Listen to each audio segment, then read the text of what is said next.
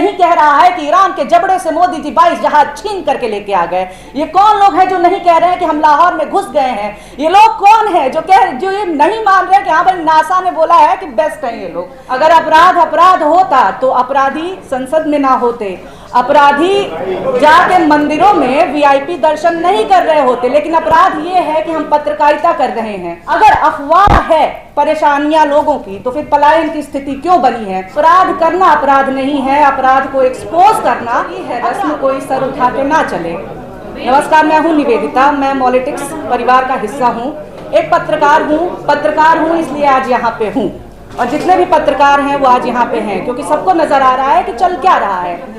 अचानक से रात में 2 बजे मैसेज आता है कि आपका अकाउंट भारत में बैन कर दिया गया है। ऐसा हम क्या कर रहे थे कि हमारा अकाउंट रातों रात बैन कर दिया जाता है? हमारे साथ साथ नेशनल दस्तक, राजीव निगम जी, ऐसे कई पेज, 4 PM का यूट्यूब पेज डाउन करा दिया जाता है, भारत में बैन किया जाता है। हम क्या कर रहे थे? हम कह रहे थे कि देश में अपराध हो रहा है, देश में परेशानियां हैं, लेकिन आज के समय में अभी दिक्कत यह है कि अपराध करना अपराध नहीं है, अपराध को एक्सपोज करना अपराध है, और यही कारण है कि हमें ही अपराधी बनाया जा रहा है। अगर अपराध होता तो अपराधी संसद में ना होते, अपराधी जाके मंदिरों में वीआईपी दर्शन नहीं कर रहे होते, लेकिन अपराध ये है कि हम पत्रकारिता कर रहे हैं। हमने क्योंकि ये नहीं कहा कि हाँ हम लाहौर में घुस गए हैं, हमने कहा कि जनता को नुकसान हो रहा है, जनता के बारे में सोचिए, जनता परेशान हो रही है। क्योंकि हमने ये नहीं कहा कि हम जो है सबसे ज़्यादा मजबूत हैं, हमने बताया कि हमें दिक्कतें हो रही हैं। हमने ये नहीं कहा कि भाई गैस की कोई दिक्कत नहीं है, अफवाह है। हम ग्राउंड पे गए और हमने ग्राउंड से दिखाया कि अफवाह उन्हीं को लग रहा है जो स्टूडियोज में बैठे हुए हैं, जो कि जनता के बीच में नहीं जाते हैं, जो करोड़ों के मंचों पे बैठ करके कहते हैं कि कोई दिक्कत नहीं है, सब अफवाह है। जनता की तकलीफें अफवाह है क्या? सीधा सा सवाल ये मेरा सरकार से है कि जनता की परेशानियां आपको क्यों नहीं नजर आती हैं? जब चुनाव आते हैं तब लंबे चौड़े दावे किए जाते हैं, चुनाव बीतते ही फिर क्या होता है? कुछ नहीं होता है। आज एक बार फिर से पलायन की स्थिति हो गई है। अगर अफवाह है परेशानियां लोगों की, तो फिर पलायन की स्थिति क्यों बनी है?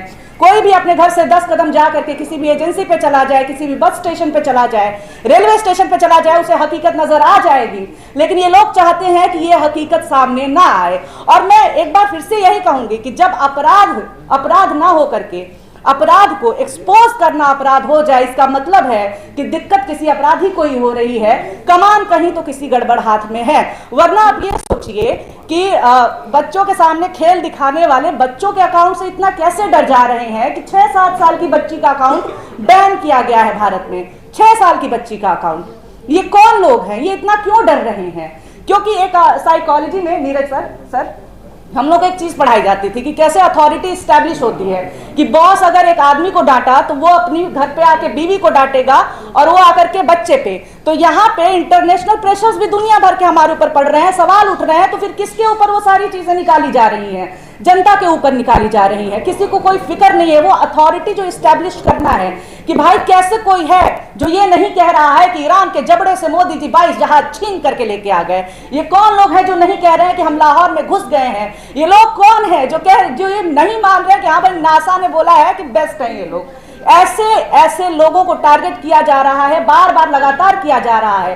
फेसबुक पेज जो है हमारा भारत में बैन हुआ, आपको क्या लगता है इससे पहले दिक्कत नहीं हो रही थी? लगातार स्ट्राइक्स आ रहे हैं। हमारा चैनल शैडो बैन कर दिया गया है, और एक ही प्लेटफॉर्म नहीं, लगभग सारे पे मास रिपोर्टिंग एक तरफ से की जा रही है। आईटी ट्रोल्स महिलाओं के पीछे, खास तौर से महिला पत्रकारों के पीछे खुले में छोड़ दिए गए हैं। रेप थ्रेट्स दिए जाते हैं महिला पत्रकारों को। मेरे घर वालों तक के ये लोग नंबर, फोटोज कि तुम्हारा बाप ये है, तुम्हारा भाई ये लोग लेकर के आ जाते हैं। ये कौन लोग हैं? ये लोग आईटी एक्ट के तहत नहीं आते। वो लोग जो कि रेप थ्रेट देते हैं, जो कि जान से मारने की धमकी देते हैं, वो आईटी एक्ट के तहत नहीं आते हैं। लेकिन जो लोग ये कहते हैं कि जनता परेशान है सर कुछ कीजिए, उनको आईटी एक्ट में ला करके ये लोग और कहते हैं कि चलो इनका मुंह बंद करा दो। तो अभी तो यही चल रहा है हमारे साथ। लेकिन अगर इनको लग रहा है कि ये डर जाएंगे, तो डरना तो है नहीं, क्योंकि सरकारें आती जाती रहती हैं, जनता बनी रहती है, नेता आते जाते रहेंगे, पत्रकारिता बनी रहेगी, क्योंकि पत्रकारिता जिंदाबाद थी, है और रहेगी। वैसे ही पॉलिटिक्स जिंदाबाद था, जिंदाबाद है और जिंदाबाद रहेगा। बहुत शुक्रिया। और #सपोर्ट पॉलिटिक्स, #सपोर्ट जर्नलिज्म।